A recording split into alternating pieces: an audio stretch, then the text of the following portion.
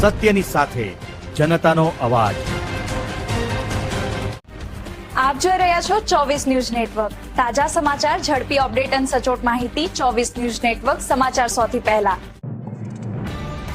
રાધનપુરની બાબા સાહેબ આંબેડકર પ્રાથમિક શાળામાં branch number 3 શાળામાં ઇન્ડિયન ઓઇલ કોર્પોરેશન લિમિટેડ દ્વારા સ્વચ્છતા પખવાડિયાની ઉજવણી। પાટણ જિલ્લાના રાધનપુર ખાતે આવેલી બાબા સાહેબ આંબેડકર પ્રાથમિક શાળામાં ઇન્ડિયન ઓઇલ કોર્પોરેશન લિમિટેડ દ્વારા સ્વચ્છતા પખવાડિયા અંતર્ગત જાગૃતિ કાર્યક્રમનું આયોજન કરવામાં આવ્યું હતું।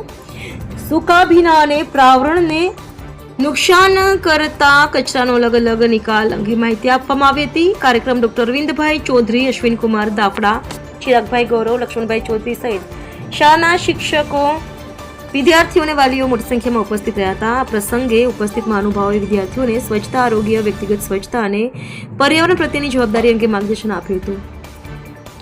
વક્તાઓએ બાળકોને રોજિંદા જીવનમાં સ્વચ્છતાનું મહત્વ સમજાવી સ્વચ્છ ભારતના નિર્માણમાં સહભાગી બનવાનો અનુરોધ કર્યો હતો। કાર્યક્રમના અંતે વિદ્યાર્થીઓને ગિફ્ટનું વિતરણ કરવામાં આવ્યું હતું તેમજ ઉપસ્થિત તમામ બાળકો માટે નાસ્તાની પણ સુંદર વ્યવસ્થા કરવામાં આવી હતી। ઇન્ડિયન ઓઇલ કોર્પોરેશન લિમિટેડ પશ્ચિમ ક્ષેત્ર પાઇપલાઇન રાધનપુર દ્વારા આયોજિત આ સ્વચ્છતા જાગૃતિ કાર્યક્રમને વિદ્યાર્થીઓ, વાલીઓ અને શિક્ષકો તરફથી સારો પ્રતિસાદ મળ્યો હતો। રિપોર્ટર ભગીરથસિંહ જાડેજા, શાંતિપુર। આજ રોજ બાબા સાહેબ આંબેડકર પ્રાથમિક શાળા નંબર 3માં ઇન્ડિયન ઓઇલ કોર્પોરેશનનો જે પ્રોગ્રામ ચાલી રહ્યો છે સ્વચ્છતા અભિયાન 1 જુલાઈથી 15 જુલાઈ એ અંતર્ગત એક પ્રોગ્રામ રાખવાનું અમે આયોજન કર્યું હતું। એમાં શાળાના બાળકો, શાળાના શિક્ષકો, આચાર્યશ્રી બધાએ બહુ સારી રીતે સહયોગ આપ્યો અને આ પ્રોગ્રામને બહુ સારી રીતે ઉજવ્યો છે આજે।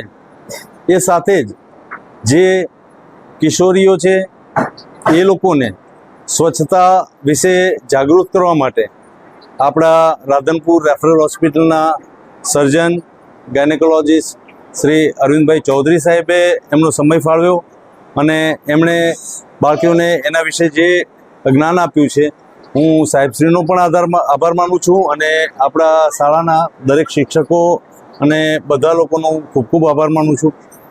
સાથે જ હું આપણા મીડિયા મિત્રો જે અહીંયા હાજર રહ્યા છે એ લોકોનો પણ આભાર માનું છું અને એમને હું એક વિનમ્ર અપીલ કરીશ કે સ્વચ્છતાનો સંદેશ જેટલે દૂર સુધી થાય તેટલે સુધી ફેલાવો। સ્વચ્છ સમાજ, સ્વચ્છ દેશ અને સ્વચ્છ દુનિયા બનશે તો આપણે લોકો માટે પર્યાવરણથી જે બચવાના આપણે ઉપાયો શોધી રહ્યા છે એમાં આપણને એનો ઘણો લાભ મળશે। ધન્યવાદ।